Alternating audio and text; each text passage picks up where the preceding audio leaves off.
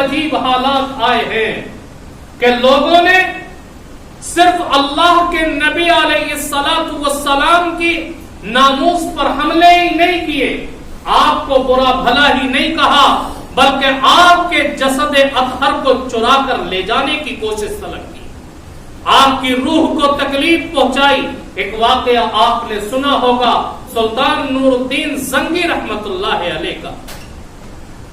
سلطان نور الدین زنگی رحمت اللہ علیہ ایک عبادت گزار انسان تھے جو رات کے اکثر حصے کے اندر اللہ کی عبادت میں مشغول رہا کرتے تھے۔ عشاء کی نماز سے فارغ ہونے کے بعد اکثر نفل نماز کے اندر مشغول رہتے، اور نفل سے فارغ ہونے کے بعد سینکڑوں مرتبہ اللہ کے نبی علیہ السلام پر درود بھیج کر تھوڑی دیر کے لیے بستر پر لیٹ جاتے، تھوڑی دیر آرام کرنے کے بعد پھر کھڑے ہوتے اور ہی رات تہجد کے اندر گزارتے۔ ایک مرتبہ کا واقعہ ہے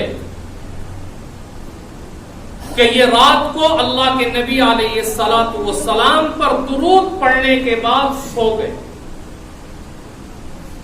اللہ کے نبی علیہ الصلوۃ والسلام کی زیارت میں 3 مرتبہ، خواب میں 3 مرتبہ اللہ کے نبی کو دیکھا، اور آپ نے 2 شخصوں کی طرف اشارہ کر کے کہا کہ نور الدین، ان دونوں نے مجھے سخت تکلیف پہنچائی ہے، اور ان دونوں کی صورت بھی اللہ کے نبی نے خواب کے اندر دکھائی۔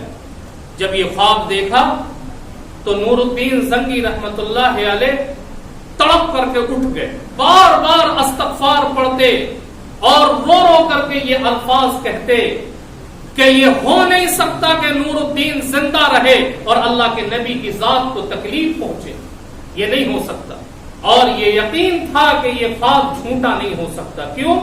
اس لیے کہ ہر ایک ایمان والے کا یہ عقیدہ ہے کہ کوئی بھی طاقت اللہ کے نبی علیہ الصلوۃ والسلام کی شکل اختیار نہیں کر سکتی۔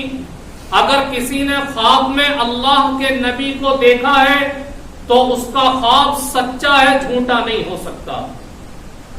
تو نور الدین زنگی رحمت اللہ علیہ کو یقین تھا کہ میرا خواب جھوٹا نہیں ہو سکتا۔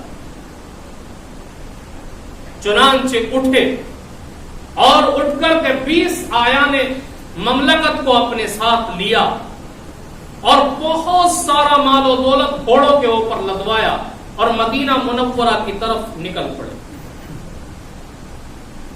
اب جب اہل دمشق نے یہ حالت دیکھی کہ بادشاہ نے یکایک سفر کا ارادہ کیا تو بڑے پریشان کہ آخر کیا وجہ ہے کہ بادشاہ نے ایک دم سفر کا ارادہ کیا، لیکن کیا وجہ تھی کسی کو معلوم نہیں تھا۔ اور دمشق سے مدینہ منورہ کے اندر عام طور پر 20 سے 25 دن لگا کرتے تھے پہنچنے میں، لیکن سلطان نور الدین زنگی رحمت اللہ علیہ نے اتنی تیز رفتاری کے ساتھ سفر کیا کہ 16ویں دن مدینہ منورہ کے اندر داخل ہو گئے۔ اب جب اہل مدینہ نے بھی اچانک سلطان کی آمد دیکھی تو حیران ہوئے، لیکن سلطان نور الدین زنگی رحمت اللہ علیہ نے مدینہ کے اندر داخل ہوتے ہی آنے جانے کے تمام راستوں کو بند کروا دیا اور یہ اعلان کروایا کہ آج تمام اہل مدینہ کو ہمارے ساتھ کھانا کھانا ہے۔ تمام اہل مدینہ نے خوش دلی کے ساتھ سلطان کی دعوت کو قبول کیا۔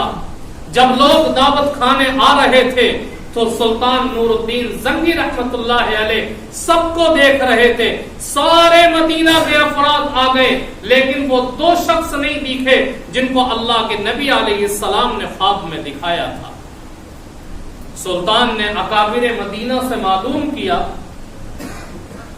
کہ کیا مدینہ کے اندر کوئی اور بھی کھانے سے باقی رہ گیا ہے؟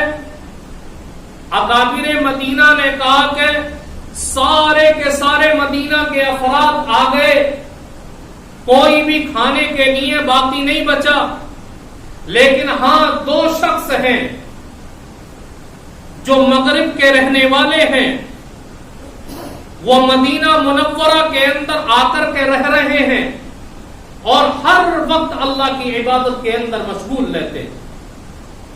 اگر تھوڑا سا وقت ملتا ہے تو جنت البقیع کے اندر جا کر کے لوگوں کو پانی پلاتے. سلطان نے کہا کہ ان دونوں کو بھی بلا کر کے لاؤ. چنانچہ ان دونوں کو بھی حاضر کیا گیا. جیسے ہی سلطان کے سامنے ان دونوں شخصوں کو حاضر کیا تو ان کے چہرے کو دیکھتے ہی سلطان نور الدین زنگی نے فوراً پہچان لیا کہ یہ وہی دونوں افراد ہیں جن کی صورت اللہ کے نبی نے خواب میں دکھا کر کہا کہ انہوں نے میری روح کو تکلیف پہنچائی. نور الدین زنگی رحمت اللہ علیہ نے ان دونوں کو اپنے لوگوں کی نگرانی میں وہیں چھوڑا اور پوچھا کہ یہ کہاں رہتے. کہا کہ روضہ اقدس کے قریب ایک مکان کرائے پر لے کر کے اس کے اندر اللہ کی عبادت میں مشغول رہتے. سلطان نور الدین زنگی اکابر مدینہ کو ساتھ لے کر کے اس مکان کے اندر داخل ہوئے تو دیکھا کہ واقعی تھوڑا سا سامان ہے زندگی گزارنے کا، جس سامان کو دیکھ کر کے پتا چل رہا تھا کہ ان کی زندگی زاہدانہ زندگی. اب حال کی تحقیق بھی ضرورت تھی. یہ یقین تھا کہ اللہ کے نبی کا فرمان جھوٹا نہیں ہو سکتا، میرا خواب جھوٹا نہیں ہو سکتا. چنانچہ سلطان نے ہر طرف اچھے سے دیکھنا شروع کیا اور فرش کو بھی بجا کر کے ٹھوک بجا کر کے دیکھا تو دیکھا کہ چٹائی کے نیچے فرش ہلتا ہوا محسوس ہوا. سلطان نے چٹائی کو ہٹایا تو دیکھا کہ ایک بڑی سی سل رکھی ہوئی ہے. جب اس سل کو ہٹایا ہے تو دیکھا کہ ایک بڑی سی سرنگ ہے جو روضہ اقدس کی طرف جاتی. یہ دیکھ کر کے سب حیرت کے اندر رہ گئے، اہل مدینہ بھی. سلطان فوراً اس سرنگ کو دیکھ کر کے سمجھ گیا، غصے میں آیا اور کہا کہ ان کو زنجیروں کے اندر جکڑ کر کے لاؤ. جب ان دونوں کو زنجیروں میں جکڑ کر کے لایا گیا تو سلطان نے غصے میں پوچھا کہ تم کون ہو، سچ بتاؤ. تو انہوں نے کہا کہ ہم دونوں نصرانی ہیں اور ہمیں ہماری قوم کی طرف سے اس بات کے اوپر مامور کیا گیا کہ آپ کے نبی کی لاش کو چرا کر کے ہم یہاں سے لے جائیں. ہمارا کام ختم ہونے کے قریب تھا لیکن ہم گرفتار کر لیے گئے. سلطان نور الدین زنگی جب اس سرنگ کے اندر داخل ہوئے ہیں تو دیکھا کہ وہ اتنا قریب پہنچ چکے تھے کھودتے کھودتے کہ اللہ کے نبی کے پاؤں مبارک دکھائی دے رہے. سلطان نور الدین زنگی نے اللہ کے نبی کے پیروں کا بوسہ لیا اور پھر یہ حکم دیا کہ روضہ اقدس کے ارد گرد ایک گہری کھائی کھودی جائے. یہاں تک کہ ایک گہری کھائی کھودی گئی، چاروں طرف اتنی گہری کہ زمین سے پانی نکلنے لگا. پھر چاروں طرف کی کھائی کو خندق کو سیسا ڈال کر کے بند کر دیا گیا تاکہ آئندہ کوئی بدبخت ایسی حرکت نہ کر سکے. اور سلطان نے غصے میں آ کر کے ایک تلوار نکالی اور دونوں کی گردن کو وہی مجمع کے اندر اڑا دی اور دونوں کی لاش کو اٹھا کر کے جلتی ہوئی آگ کے الاؤ کے اندر پھینک دیا. جب یہ کام کیا تو سلطان نور الدین زنگی کے اوپر رقت طاری ہو گئی اور روتے روتے چیخ نکل گئی اور یہ الفاظ زبان پر تھے کہ سلطان کے لیے اس سے بڑی خوش نصیبی کی بات کوئی اور نہیں ہو سکتی کہ محمد عربی نے اس غلام کو اس کار خیر کے لیے چنا.